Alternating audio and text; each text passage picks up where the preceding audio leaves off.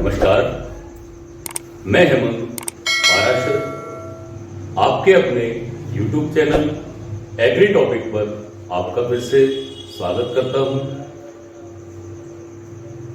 सीखने की इस श्रृंखला में बहुत प्रसारण के बाद हम बढ़ते हैं अपने अगले टॉपिक की ओर, जिसका नाम है हरित क्रांति। तो आइए आप और हम हरित क्रांति से जुड़े हुए कुछ तथ्यों के बारे में आज आप और हम चर्चा करेंगे। हरित क्रांति कृषि के क्षेत्र में भारत की सबसे पहली क्रांति है। या हम कहें कि ये एक ऐसी क्रांति है जिसने भारत में शुरू होने के बाद कई क्रांतियों को शुरू होने का अवसर प्रदान किया। हरित क्रांति हर किसान के लिए एक वरदान साबित हुई, एक वरदान सिद्ध हुई। हरित क्रांति ने देश को कई अच्छी वैरायटीज दी, कई अच्छी किस्में दी, कई फसलों में आश्चर्यजनक उत्पादन में वृद्धि की। हरित क्रांति ने देश के किसानों को कई नई कृषि तकनीकों से अवगत कराया, परिचय कराया। हरित क्रांति हमारे देश में कृषि की, यदि हम उसे रीढ़ कहें तो गलत नहीं होगा। कृषि हम पहले भी करते थे। आजादी के बाद जहां देश की आबादी आज की आबादी से लगभग 20 या 25% हुआ करती थी, और उस समय कृषि योग्य भूमि भी आज के मुकाबले ज्यादा थी। उस समय हमारा देश भुखमरी की चपेट में आ जाता था। किसानों को उपज का सही दाम नहीं मिल पाता था। किसान पूरी तरह से हमारे देश में परेशान था। कृषि पूरी तरह से मौसम पर निर्भर रहती है, प्रकृति पर निर्भर रहती है। कृषि में हम उत्पादन का पहले से अनुमान नहीं लगा सकते हैं। तो कृषि के लिए किसान को कई साधनों की आवश्यकता होती है। पहले किसान जो खेती करता था उसमें उसे इतना भी मुनाफा नहीं मिल पाता था कि वो पानी भी पी सके या पानी भी खरीद सके। किसान पूरी तरह से परेशान था, और ये इस देश की सबसे बड़ी समस्या बनी हुई थी। हरित क्रांति उस समय नहीं थी हमारे देश में, क्योंकि देश उस समय केवल आजाद हुआ था। आजादी के बाद इन समस्याओं से सुलझने के लिए कई कृषि वैज्ञानिक इस प्रयास में जुट गए कि आखिर कृषि का विकास कैसे किया जाए, क्योंकि उस समय कृषि हमारी इतनी विकसित नहीं थी जितनी कि आज है। हरित क्रांति ने उस समय कई खाद्यान्न फसलें, या हम कहें कि गेहूं और धान के उत्पादन में आश्चर्यजनक वृद्धि की। इनका उत्पादन लगभग 2.5 गुना बढ़ गया। इससे देश की खाद्य समस्या काफी हद तक कम हुई। हरित क्रांति की आवश्यकता हमें क्यों पड़ी, यह हम देख चुके हैं। क्योंकि हमारा देश का किसान परेशान था। देश की खाद्य समस्या हमारे लिए विकट होती जा रही थी। देश में भुखमरी लोगों को परेशान की जा रही थी। हरित क्रांति की शुरुआत हमारे देश में 1966 और 1967 में शुरू हुआ।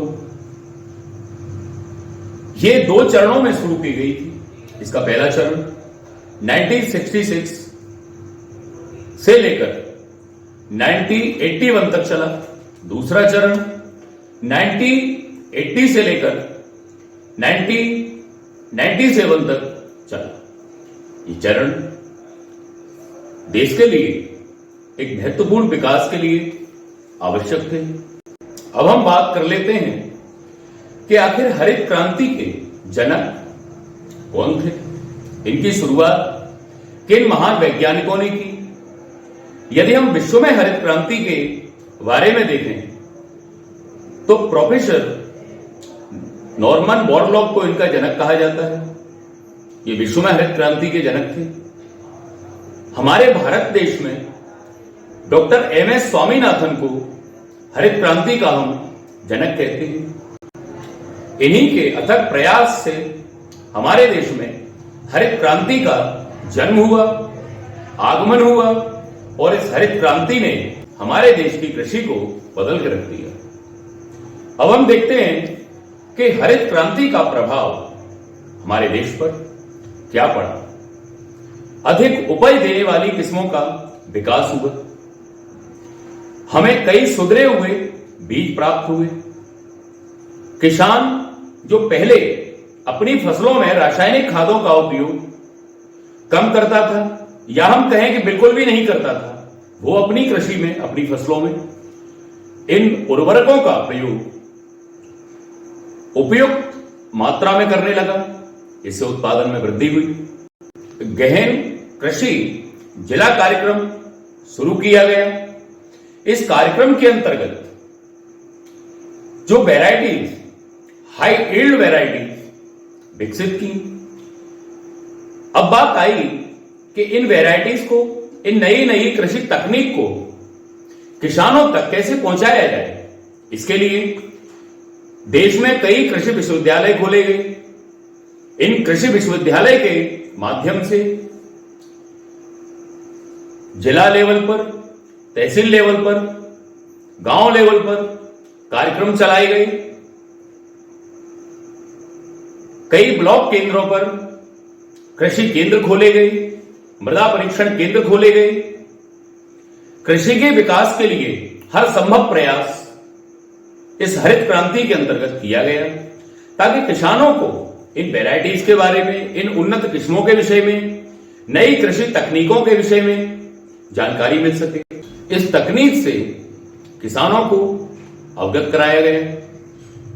कई कार्यक्रम करवाने के बाद किसान जब इन तकनीक के विषय में जान पाएगा तभी वो इनका प्रयोग कर पाएगा।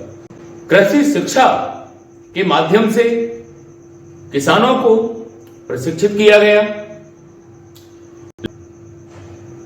लघु सिंचाई योजना प्रारंभ की गई। पौध संरक्षण के लिए कई तरीके अपनाए गए। कीटनाशक, रोगनाशक, खरपतवार नाशक विधियों का, दवाओं का प्रचार किया गया। फसल चक्र का प्रयोग किसानों को समझाया गया। भूमि के संरक्षण के नए नए तरीके विकसित किए गए ताकि किसान अपनी भूमि का संरक्षण कर सके और उस भूमि का उपयोग अपने फसल उत्पादन में कर सके। किसानों को बैंकों से जोड़ा गया ताकि बैंक से जुड़ने के बाद किसान को सीधा सरकार से लाभ मिल सके। अब हम देखें कि हरित क्रांति का प्रभाव किन किन फसलों पर पड़ा। इसका प्रभाव तीनों मौसम में उगाई जाने वाली फसलों पर पड़ा, चाहे वो रबी का मौसम हो या रबी की फसलें हो, खरीफ की फसलें हो या जायद की फसलें हो। इन तीनों ही फसलों पर हरित क्रांति का आश्चर्यजनक प्रभाव देखने को मिला। हरित क्रांति से प्रभावित कौन कौन से राज्य थे जिनमें हरित क्रांति का प्रभाव सबसे ज्यादा देखा गया? पंजाब, हरियाणा, उत्तर प्रदेश, बिहार, हिमाचल प्रदेश, आंध्र प्रदेश, तमिलनाडु और हमारा मध्य प्रदेश। इन राज्यों में हरित क्रांति का विकास देखने को मिला। इनका प्रभाव हमें पता चला और आज हरित क्रांति के कारण ही आप और हम एक समृद्ध देश का हिस्सा हैं। आज हमारा देश कई खाद्यान्न फसलों को एक्सपोर्ट करता है, विदेशों को निर्यात करता है। कृषि के कई उत्पाद हम विदेशों को भेज देते हैं। इस हरित क्रांति की वजह से आप और हम आज विदेशों के लिए अनाज को एक्सपोर्ट करने की स्थिति में आ चुके हैं।